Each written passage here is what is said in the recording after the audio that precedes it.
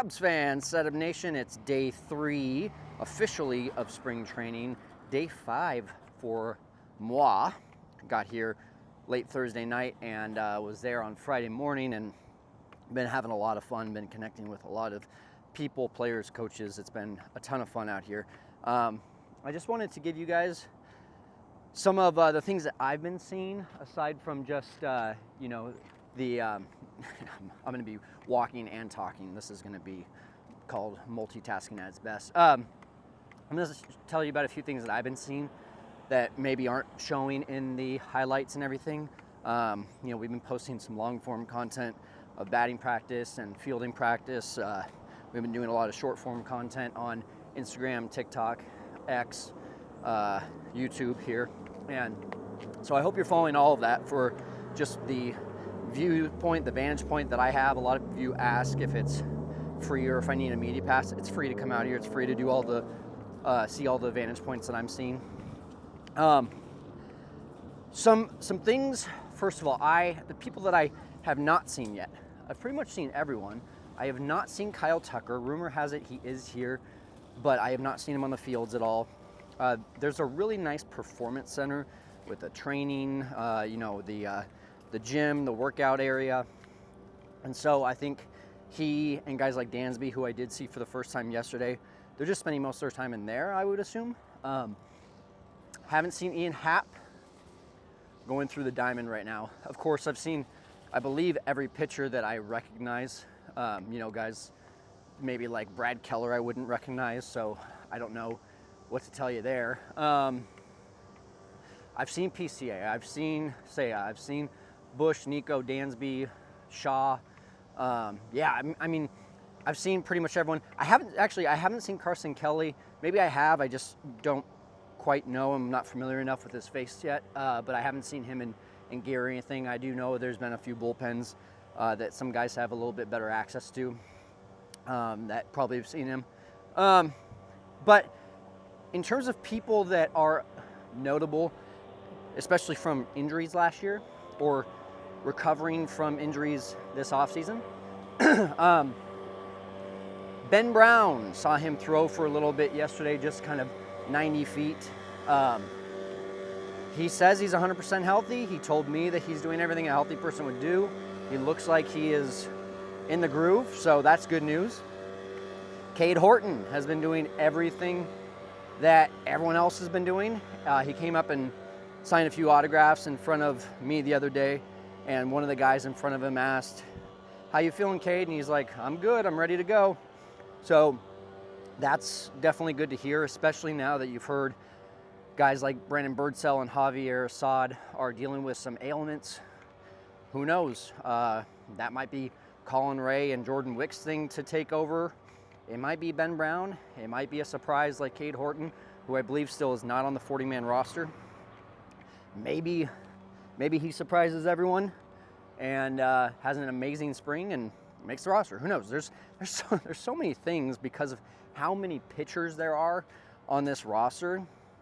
And kudos again to Jed for just loading up the roster with pitchers. A lot of them are these non-roster invitees, minor league, but those two additions in Ryan Brazier and Ryan Presley at the end of the going up to spring training was huge. And now for guys like Horton and maybe like these Brad Keller types, or I can't remember the guy's name from the Dodgers, but he throws heat, but he didn't have a very good career with the Dodgers. I can't remember his name off the top of my head, but just guys like that. Like, I think there's amazing opportunity here in spring training for them to show their stuff. And if guys continue to go down on the 26 or the 40-man roster, opportunities for them to show that they are worth a shot. Dansby, again, so going back to injuries, Dansby, again, I have not seen him on the field yet. He had that core surgery over the offseason. Nico, you've seen all the videos. You've heard people talk about it. I want to say it was Bleacher Nation. If I'm getting that wrong, I apologize. That said basically like all is good so far. And that's, I haven't seen him throw yet. Our good friend Rich Biesterfeld, if you're not following Rich, all of his socials, it's at BIEST22. He got some video before I showed up of Nico throwing. It was very light throwing, but I have not seen him throw. I've seen him take a ton of ground balls. I've seen him do light backflips and tosses like that, and I've not seen him swing a bat. I think that's the biggest thing is, yes, he might be able to throw even before he can swing a bat really well because of that forearm/wrist surgery. A little more strain from, I would assume, more strain from a throwing perspective or from a hitting perspective. Anyone else that was injured? I'm trying to think. Seiya, if you didn't see the batting practice from Seiya yesterday, I can't show where the ball is going. I'm filming through a chain link fence. It's very difficult to do that. So what I've tried doing on all of these videos now is putting the actual result for you. But I mean, just listen to the sound of the bat off of Seiya compared to PCA and Michael Busch.